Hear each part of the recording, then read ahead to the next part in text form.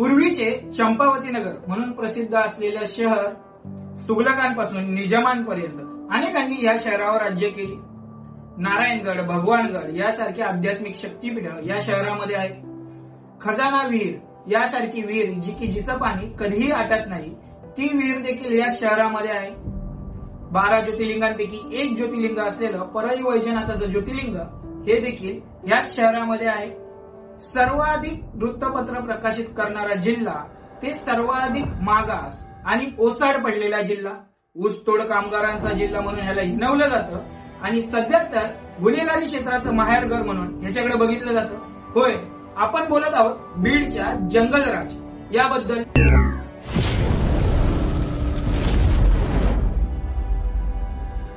नमस्कार, आज आपण बोलणार आहोत बीडच्या जंगलराज याबद्दल। मुळात भारतामध्ये जंगलराज ही व्याख्या बीडसाठी नव्हे तर बिहारसाठी वापरतात। त्याचं कारण असं की प्राचीन इतिहासातील सगळ्यात मोठं साम्राज्य असलेलं मौर्य साम्राज्य याची मूर्तमेढ किंवा ह्याचं मूळ हे बिहारमध्ये होतं। अनेक गोष्टींचं केंद्र म्हणजे स्वातंत्र्याच्या आधीचं अनेक गोष्टींचं केंद्र हे बिहार होतं, परंतु कालांतराने सगळ्यात मागास राज्य, सगळ्यात अशिक्षित राज्य आणि त्याच पद्धतीने गुंडगिरी, दडपशाही, हुकुमशाही याचं सत्ता केंद्र हे बिहार बनलं। आता आपण बीडकडे येऊ। आपण बिहार समजता बीडही समजू। मुळात बीडमध्येही असंच काहीतरी घडतंय। म्हणजे सध्या मस्साजोगचे आमदार असलेले संतोष देशमुख यांच्यामुळे अनेक गोष्टी इथे उघडत आहेत, परंतु या उलगडणाऱ्या गोष्टींमध्ये अनेक अशा आश्चर्यकारक गोष्टी आहेत। म्हणजे कालच तिथे धनंजय मुंडेंच्या मामी होत्या, त्यांनी त्यांच्यावर भूखंड चोरी केल्याचा आरोप केला होता।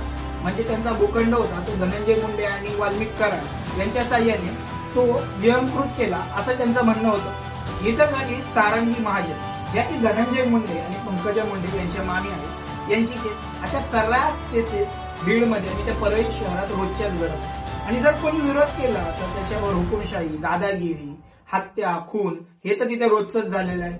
गेल्या वर्षभरात फक्त परळी शहरात 109 हत्या झालेल्या आहेत, त्यातील 6 जणांची तर ओळखही पटलेली नाही। अशा अमानुष पद्धतीने हत्या त्या ठिकाणी केल्या जात आहेत आणि त्याच्यावर पोलीस यंत्रणा, प्रशासन काय करत आहे तेच कळत नाही, कारण ह्या 109 मधल्या फक्त 5 हत्या रजिस्टर करण्यात आलेल्या आहेत। आणि त्याच पद्धतीने पुढे तर ह्या पूर्ण जिल्ह्यामध्ये एकूण 300 हत्या झालेल्या आहेत। 750च्या वर महिलांवर अत्याचार झालेले आहेत, 700 पेक्षा अधिक खंडणीच्या गोष्टी झालेल्या आहेत। परंतु याच्याकडे प्रशासन असो किंवा तेथील काहीतरी राजकीय कनेक्शन असावेत म्हणून याच्याकडे दुर्लक्ष केलं जात आहे।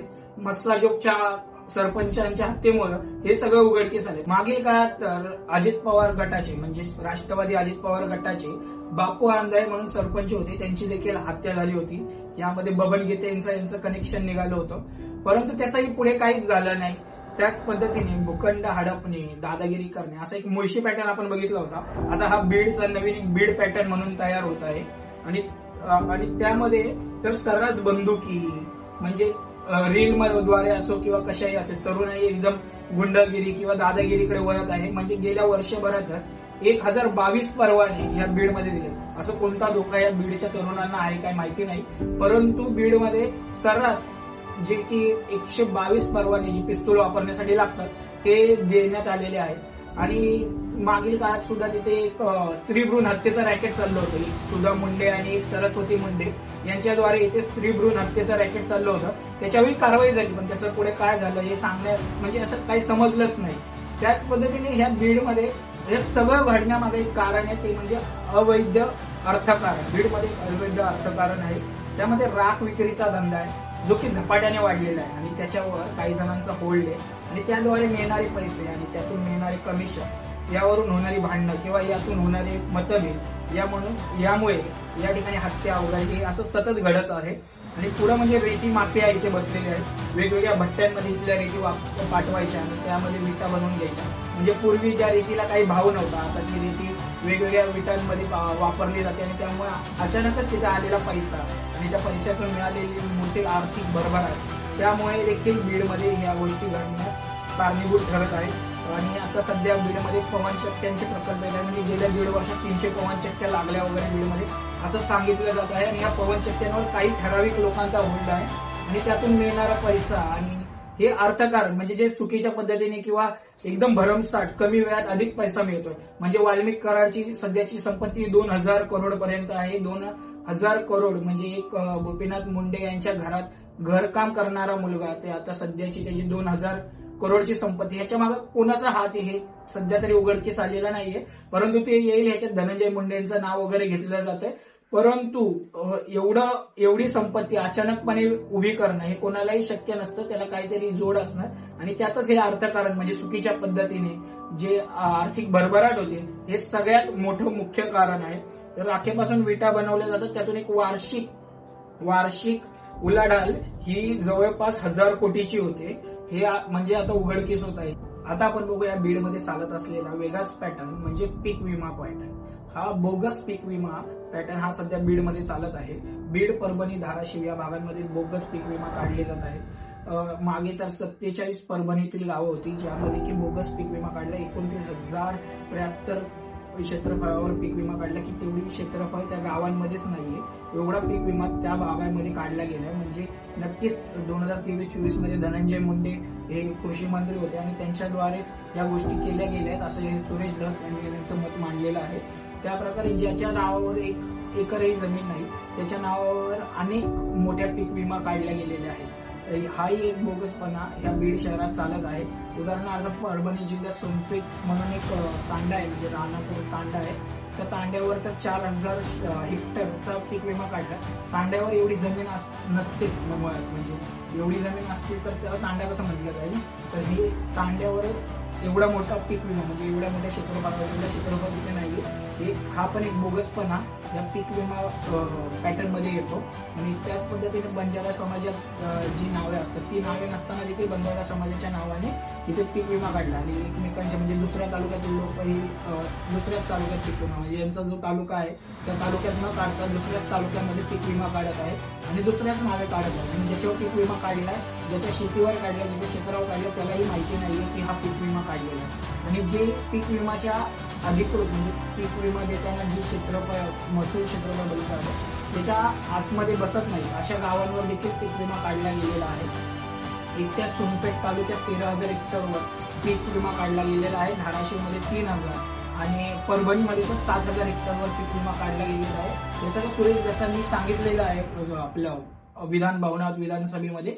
परंतु ह्याच्यावर काहीच कारवाई अजून होत नाहीये. म्हणजे सरकार म्हणून प्रशासन म्हणून याच्यावर कारवाई करणार म्हणत आहे, परंतु ह्याच्यावर कारवाई होत नाही. हा पीक विमा घोटाळा सगळ्यात मोठा घोटाळा सध्याचा समोर येत आहे, जो की शेतकऱ्यांसाठी आपल्या बळीराजासाठी चालू केला सरकारने. एक चांगल्या हेतूने चालू केला, परंतु त्याची प्रचिती अशी आली की ह्याच्यावरच बोगस पीक विमा किंवा बोगस गोष्टी करून त्यालाच म्हणजे शेतकरी त्या खड्ड्यात गेलाच. परंतु जे टॅक्स पेयर आहे, जे की आम्ही सरकारकडे आपला टॅक्स पे करतो आणि आपल्या म्हणजे आपल्या जी कमाई आहे त्यातून आपण सरकारला जी काही टॅक्स देतो त्याद्वारे सरकार या योजना बनवते आणि या योजनांचाच असा म्हणजे घोटाळा करून त्यातला मोठा असा पैसा हे असे म्हणजे सरकारमध्येच बसलेल्या काही लोकांच्या जवळचे लोक घेत असतील तर सरकारने आणि ह्याच्यावर एक कारवाई केली पाहिजे आणि सरकार म्हणून ह्याच्याकडे एक अधिक लक्ष सरकारने दिलं गेलं पाहिजे. मग सुरुवातीला बोललो होतो की बीडचा बिहार का होतोय, कारण की बिहारमध्ये देखील 1984 मध्ये लालू प्रसाद यादव निवडणुकीचा प्रचार करत होते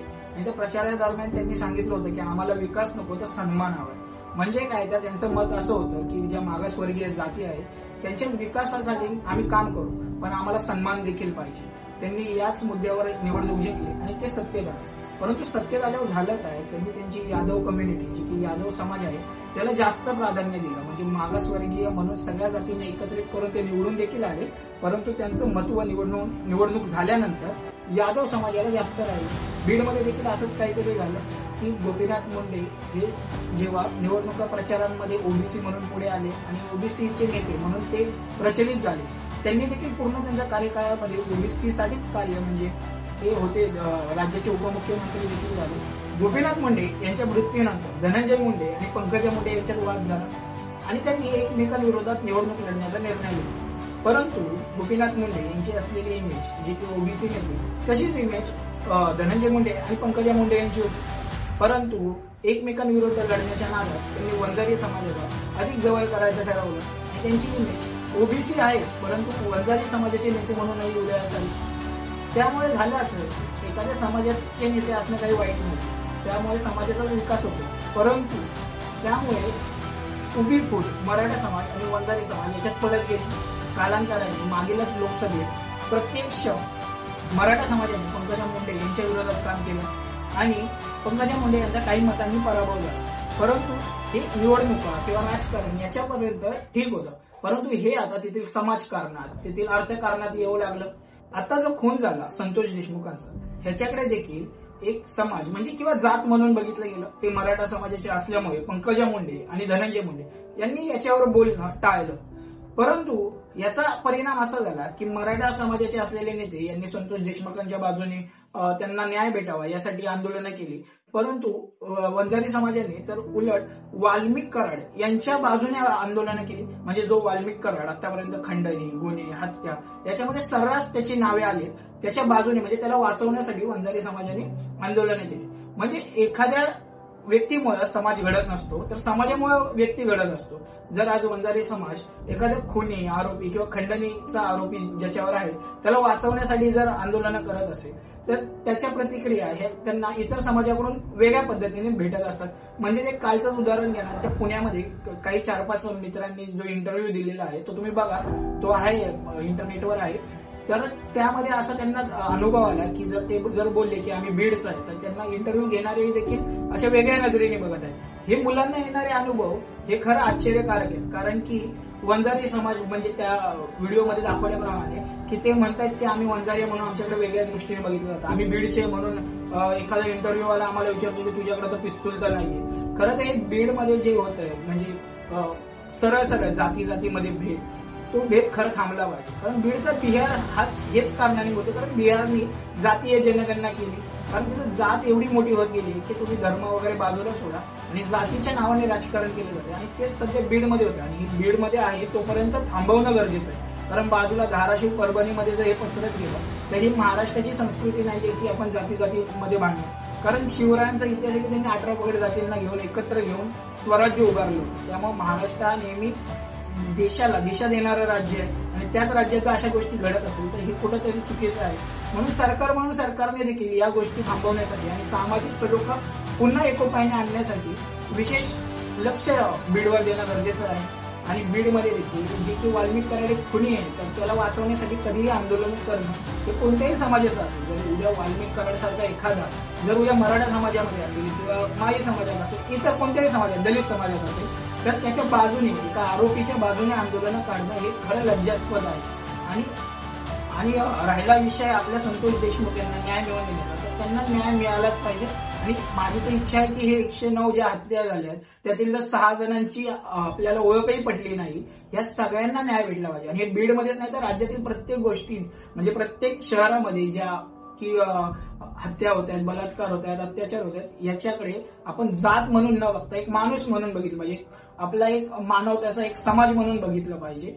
त्यामुळे नाहीतर अशा आज बीडचं जंगलराज होत चाललंय, असं महाराष्ट्राचं जंगलराज व्हायला वेळ लागणार नाही आणि यातून काहीही साध्य होत नाहीये. बीड आजही शैक्षणिकदृष्ट्या मागास आहे. आजही बीडमध्ये अनेक तरुण हे पुणे, मुंबई या शहरांवर डिपेंड आहेत आणि आज बीडमधले अनेक जे कामगार आहेत त्यांना म्हणजे सांगतानाच मला कसं तरी वाटते की एकूण जे महाराष्ट्रात ऊसाचे जे कारखाने, साखर कारखाने, त्यातील 90% साखर कारखान्यावर बीडमधील ऊसतोड कामगार असतो. म्हणजे हे खरं म्हणजे बदललं पाहिजे, हे थांबलं पाहिजे. प्रत्येकाचा हक्क मिळाला पाहिजे. बीडमधलं जे की वातावरण आहे ते लवकरच निवळलं पाहिजे. खरं तर बीड हा पुन्हा एकोप्याने उभा राहायला पाहिजे हीच माझी इच्छा आहे. परंतु हे बीडमध्ये जे सध्या होत चाललंय जे की जातीय रंग किंवा जातीभेद हा मोठ्याने होत चाललाय आणि त्याचं जी गुंडागर्दी आहे ती वाढत चालली आहे. खरं तर माझी एक जिल्हाधिकारी सदानंद कोचे यांनी तर सांगितलंय की मी बीडमध्ये असताना माझ्या बॅगेमध्ये रिव्हॉल्वर किंवा पिस्तॉल हे नेहमी ठेवत असतो, कारण तिथल्या तरुणाईमध्ये जे काही तरुण आहे ते असे वाल्मिक कराड सारखी जी गुंड आहेत त्यांच्याकडे बघून जरा आकर्षित होऊन त्यांना 302 आणि 307 कलम असं एकदम खेळणं झाल्यागत झालेलं आहे. आणि त्यातील काही म्हणजे तरुण आहेत जे की चांगलं शिकण्यासाठी किंवा चांगलं मोठं होण्यासाठी बघत असतात, परंतु या काही मोजक्या लोकांमुळे त्यांचंही म्हणजे त्यांच्या शहराचंच नाव बदनाम होत आहे, म्हणून त्यांच्याकडे देखील त्या दृष्टिकोनातून बघितलं जातं. त्यासाठी सरकार म्हणून आणि तिथले काही स्थानिक नेते म्हणजे जे कोणत्याही पक्षाचे असो त्यांचा काही पक्ष म्हणून नाही तर त्यांनी नेते म्हणून या बीडला पुन्हा उभं करणं गरजेचं आहे आणि पुन्हा बीड हा महाराष्ट्र राज्यातील जे ज्याच्याकडे तर नारायणगड भगवानगड सारख्या आध्यात्मिक शक्तीपीठ आहे व परळी वैजनाथ सारखं ज्योतिर्लिंग आहे त्यांनी पुन्हा एकदा उभं राहिलं पाहिजे आणि पुन्हा त्यांनीच उलट महाराष्ट्राला दिशा द्यावी अशी इच्छा आज माझी आहे.